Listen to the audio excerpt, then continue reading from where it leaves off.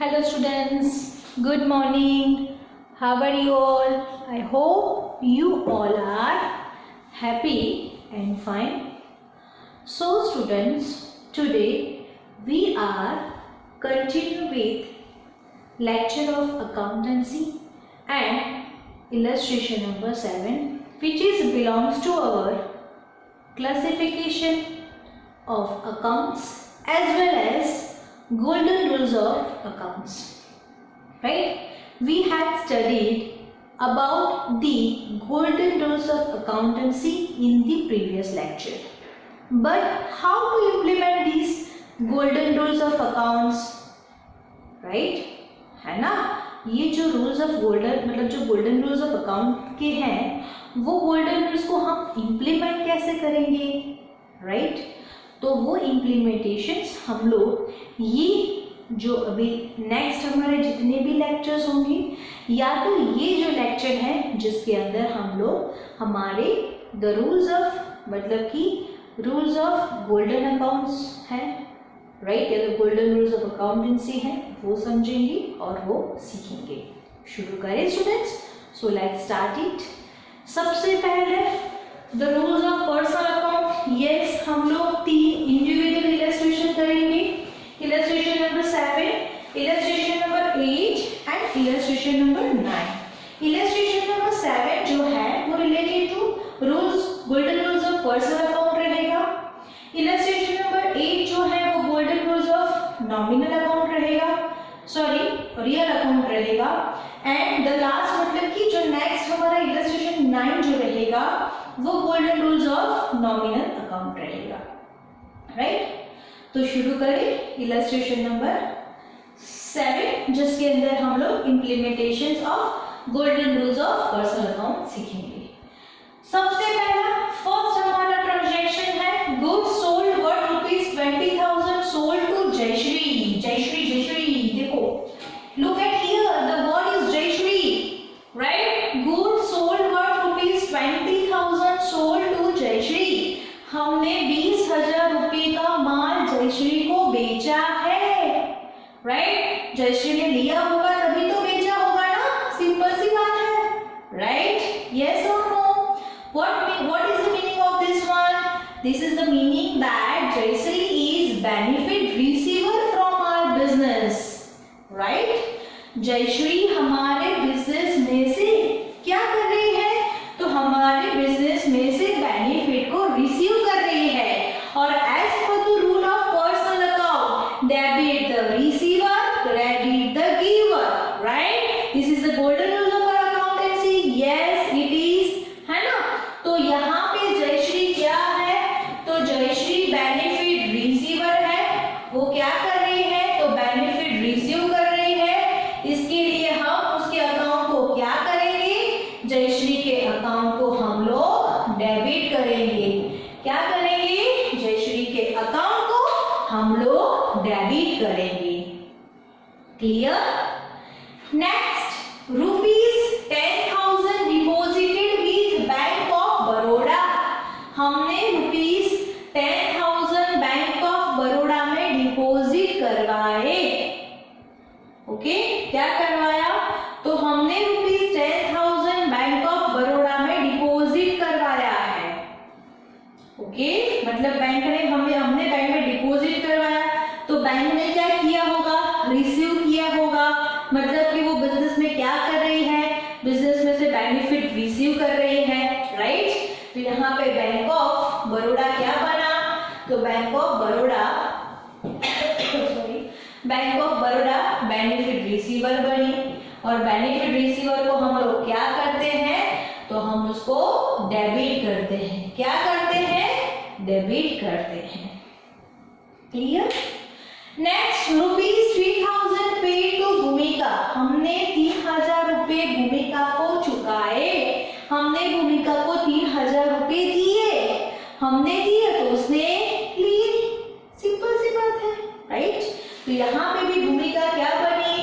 भूमिका हमारे बिजनेस की बेनिफिट रिसीवर बनी. क्या बनी? Benefit receiver, right. और बेनिफिट रिसीवर को हम क्या करते हैं? हम डेबिट करते हैं. Clear students?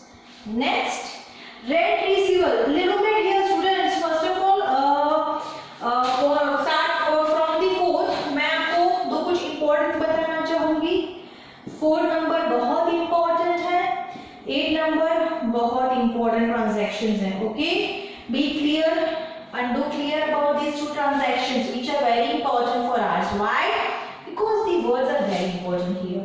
Receivables, payable. Okay, see, look at here. I am so many times repeating this receivables and payables because number of students are doing this mistakes in this kind of the transaction. That is why I am doing continuously repetitions. Right? समझ में आ रहा है मैं क्या कहना चाहती हूँ? Rent receivable from Shilpa ₹2000. हमें शिल्पा से 2000 रुपये मिलने वाले हैं. अभी तक मिले नहीं है. क्या लिखा है? Rent receivable from Shilpa ₹2000. हमें शिल्पा से 2000 रुपये मिलने वाले हैं. अभी तक मिले नहीं है. मिलने वाले हैं पर शिल्पा क्यों देगी हमें? ऐसे ही नहीं, वो रेंट दे रही है. दैट मीन्स उसने हमारी कोई प्लेस को यूटिलाइज करी है जिसका वो हमें रेंट पे करने वाली है. मतलब उसने तो हमारी प्लेस यूज कर ली, उसने तो हमारे बिजनेस में से बेनिफिट ले लिया. मतलब कि वो क्या बनी? Benefit receiver. और बेनिफिट रिसीवर को हम क्या करते हैं? हम डेबिट करते हैं. समझ में आ रहा है? तो हम यहाँ पे शिल्पा को क्या करेंगे? हम यहाँ पे शिल्पा के अकाउंट को डेबिट करेंगे. क्या करेंगे? डेबिट करेंगे. समझ में आ रहा है students? Why which is very important? Because here the receivable word is used. That means Shilpa is not paid that ₹2000 amount, right? अभी तक उसने पे नहीं किया है. हाँ वो करने वाली है. किया नहीं है तो हमें भी मिलने वाला है. मिला नहीं है बट हाँ उसने तो हमारी जो प्लेस है वो तो यूटिलाइज कर ली है. That means वो तो बेनिफिट रिसीवर हो चुकी है. इसके लिए उसका अकाउंट डेबिट होगा. Clear students? Next, goods worth ₹20,000 purchased from Jayshree. 20,000 रुपए का माल जयश्री से खरीदा तो जयश्री क्या बनी होगी? जयश्री ने दिया होगा और हमने खरीदा होगा. जयश्री ने क्या किया? दिया.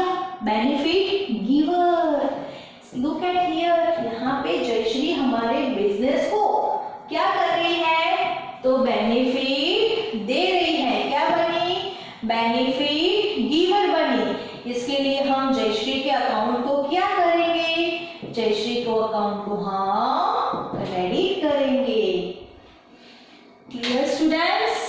Next, ₹10,000 withdrawn from bank of Baroda. हमने बैंक ऑफ बड़ौदा में से ₹10,000 विथड्रॉ करे हैं. हमने खरीद विथड्रॉ किया और बैंक ने दिया. सिंपल सी बात है. बैंक देगी तब तो हम लेंगे, है ना? सोचो बैंक क्या बनी? Benefit giver, right? So here bank of Baroda BOB क्या बनी? तो बीओबी बेनिफिट गिवर बनी. और बेनिफिट गिवर को हम क्या करते हैं? हम उनके अकाउंट को क्रेडिट करते हैं. Clear students? समझ में आ रहा है? First of all we had completed the classification of accounts, then after identification of accounts, and now what we are doing? Now we are using the golden rules of accounting to the example, right? अब हम ये जो golden rules हैं उसको हम सम के अंदर कैसे implement करेंगे कैसे यूज करेंगे वो सीख रहे हैं. Right students? समझ में आ रहा है? Clear students? नेक्स्ट नया शुरू करें. ₹30,000 रिसीव्ड फ्रॉम भूमिका. क्या लिखा है? ₹30,000 रिसीव्ड फ्रॉम भूमिका. भूमिका से 30,000 रुपीज मिले हैं. भूमिका ने दिए, हमने दिए, बट अभी बात किसकी चल रही है? भूमिका की, राइट? तो भूमिका क्या हुई? बेनिफिट गिवर हुई. क्या हुई? बेनिफिट गिवर हुई. और बेनिफिट गिवर को हम क्या करते हैं? हम उनके अकाउंट को क्रेडिट करते हैं. Clear. Next, rent payable to Shilpa ₹2000। हम शिल्पा को 2000 रुपये देने वाले हैं, अभी तक दिया नहीं है। क्या लिखा है? Rent payable, that mean it is not paid. He look at here students, we are not using the received, paid, है ना। अभी received और paid है, जो मिल गया है या तो दे दिया है। paid और received का मतलब क्या है? received का मतलब होता है कि मिल गया है, paid का मतलब है कि चुका दिया है, दे दिया है। But here we are using payable, मतलब उसको able हम करने वाले हैं, payable पे करने वाले हैं। अभी तक किया नहीं है, बट उसको हम क्यों रेंट देंगे? ऐसे ही नहीं। शिल्पा की कोई प्लेस थी जो हमने यूज करी थी, मतलब कि हमने हमारे बिजनेस में उसने क्या किया, तो बेनिफिट दिया, तभी तो हम उसकी क्या कर रहे हैं, उसका जो रेंट है वो पे कर रहे हैं। राइट? समझ में आ रहा है स्टूडेंट्स क्या कहना चाहती हूँ?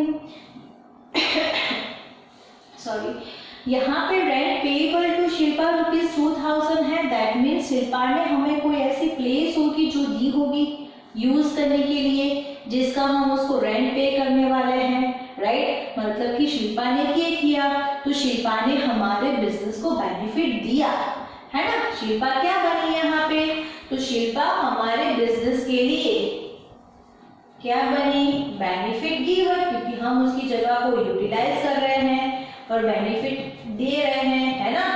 वो हमें बेनिफिट दे रही है और उसके हम सामने बेनिफिट ले रहे हैं, बट बेनिफिट ले रहे हैं वो सेकंड थिंग है। फिलहाल हम किसकी बात कर रहे हैं, जो हमारे बिजनेस के अलावा जो पर्सन्स हैं, जो under the head of personal accounts होते हैं, उनकी बात कर रहे हैं। राइट?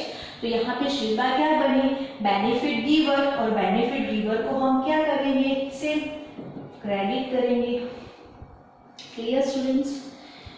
तो ये है हमारा इलस्ट्रेशन नंबर 7, जो हमारे पर्सनल अकाउंट के गोल्डन रूल्स के हिसाब से हमने किया है। क्लियर है? आगे का हमारा इलस्ट्रेशन जो है वो इलस्ट्रेशन नंबर 8 है और 9 है। इलस्ट्रेशन मैंने अभी बताया, वैसे रिलेटेड टू हमारा क्या आएगा, तो रियल अकाउंट आएगा, और इलस्ट्रेशन नंबर जो 9 है वो रिलेटेड टू नॉमिनल अकाउंट आएगा। राइट? तो उसको भी इस तरीके से ही देखना है हमें, है ना, कि भाई कैसे गुड्स आया, कैसे गुड्स असेट आई, कैसे गुड्स गया, कैसे असेट्स गई, फिर नॉमिनल में आया तो कैसे एक्सपेंस होता है, कैसे लॉस होता है, कैसे इनकम होती है, कैसे प्रॉफिट होता है। जिस तरीके से हमने यहाँ पे जो पर्सन को ही इम्पोर्टेंट दिया है, राइट, ट्रांजैक्शन समझ में आ रहा है कि यहाँ पे या तो फिर हमारे लिए नेचुरल पर्सन हो या तो फिर आर्टिफिशियल पर्सन हो, बट वो रिलेटेड किससे है, तो वो पर्सनल से ही है। समझ में आ रहा है? तो पर्सनल रिलेटेड जो भी हमारे ट्रांजैक्शंस थे, वो ट्रांजैक्शंस को हमने देखा, और हमारे जो अकाउंट्स की जो रूल्स हैं, जो गोल्डन रूल्स हैं, है ना, वो गोल्डन रूल्स को हमने ये एग्जाम्पल के अंदर क्या किया, यूज करके सॉल्व किया। राइट? तो इस तरीके से ही हमें अकाउंट्स के दो साइड बतानी है, एक डेबिट और दूसरी क्रेडिट। Clear students? ओके, तो ये जो भी करवा रही हूँ बहुत ध्यान से, बहुत इंपॉर्टेंस को मतलब प्रायोरिटी देके सबको करना। Right? Always I told you, है ना, ऑलवेज क्यों बोला, टोल्ड यू क्यों बोला, क्योंकि मैं हमेशा कहती रहती हूँ इम्पोर्टेंस है, इम्पोर्टेंस है। 11th स्टैंडर्ड ही इम्पोर्टेंट है, not only the 1 and 2 chapters. Right? सिर्फ 1-2 चैप्टर की बात नहीं कर रही हूँ, all over the 11th standard is very important, in particular accountancy, क्योंकि उसके बेस पे ही सब कुछ आगे हम अकाउंटेंसी पढ़ेंगे। Accountancy is not the part 1 part 2 only, that is not limitations. Accountancy की भी बहुत सारे टाइप्स है ना, कॉस्ट अकाउंट है, मैनेजमेंट अकाउंटिंग है, फाइनेंशियल अकाउंट है, अकाउंट्स के भी पार्ट्स हैं। राइट? तो वो सारे पार्ट्स, वो सारे जो भी डिफरेंट पार्ट्स ऑफ अकाउंटेंसी है वो हम लोग पढ़ेंगे, बट फर्दर स्टडीज में पढ़ेंगे, जैसे बीकॉम करेंगे, बीबीए करेंगे, तब पढ़ेंगे। तब आएगा हमारा फाइनेंशियल अकाउंट, तब आएगा हमारा कॉस्टिंग अकाउंट, और फिर आएगा मैनेजमेंट अकाउंटिंग। ओके, तो अभी तो फिलहाल बेस है, तो जब तक ये बेस नहीं क्लियर करोगे तो आगे कभी कहीं ना कहीं हम लोग गलतियां या तो फिर डिस्टेंस में, बेटा हमें नहीं समझ में आता है, नहीं समझ में आता, ऐसा डर बैठ जाता है, क्योंकि हमें अकाउंट समझ में नहीं आता। क्यों नहीं आता? क्योंकि 11th को तो ऐसे लाइटली ले लिया था, जाएगा, है ना, we are going with this mentality, but it is really totally wrong mentality, because base year is very important year. Okay, I am not telling you that 12th is not important. Definitely it is important. But उससे भी important अगर मैं कुछ मानती हूँ तो वो है 11th standard. Okay, तो अच्छे से करो, क्लियर करो, डाउट हो तो पूछो, है ना. और होमवर्क की बात है तो जितने भी इलस्ट्रेशन करवाती हूँ वो तो होमवर्क होता ही होता है. साथ में आपको उसके रिलेटेड डे टू के डिट्टो आपको क्या मिल जाएगा, एक्सरसाइज में सम मिल जाएंगे जो आपको हमेशा होमवर्क में करना होता है. वो आपको मुझे हर बार बताने की जरूरत नहीं होती है, because you all are 11th standard students, you all are very sincere students, right. छोटे बच्चे नहीं हैं हम लोग, जूनियर सीनियर फर्स्ट स्टैंडर्ड के, जिसको होमवर्क लिख के दिया जाए या तो फिर एवरी टाइम बताया जाए. हमें समझ में आ ही जाना चाहिए कि भाई ये जो इलस्ट्रेशन किया है उसके रिलेटेड जो भी एक्सरसाइज में होगा वो हमने हमें होमवर्क दे ही दिया होगा, राइट. कभी भी मैं आपको बुलाऊंगी, पूछूंगी कि बुलाओ होमवर्क बताओ, मुझे आके बता के जाओ, ऐसा कॉल भी कर सकती हूँ, मैसेज भी कर सकती हूँ. और यस, कोई भी डाइजेस्ट में से कॉपी मत करना एक्सरसाइज के सम, है ना, कि मैम तो इलस्ट्रेशन करवा रही है, एक्सरसाइज हमें करना है, हमें तो नहीं आता है, हमें ध्यान नहीं दिया है, हमें तो समझ में नहीं आता है, तो अब क्या करें. तो हाँ, हमारे पास डाइजेस्ट है, कॉपी फ्रॉम दैट, है ना. बट इट इज रॉन्ग, ऐसे मत करना.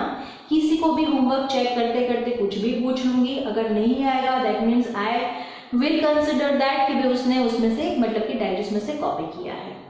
So don't do like this. Okay, जितना आता है उतना अच्छे से करो, नहीं समझ में आता तो पूछो. ठीक है स्टूडेंट्स.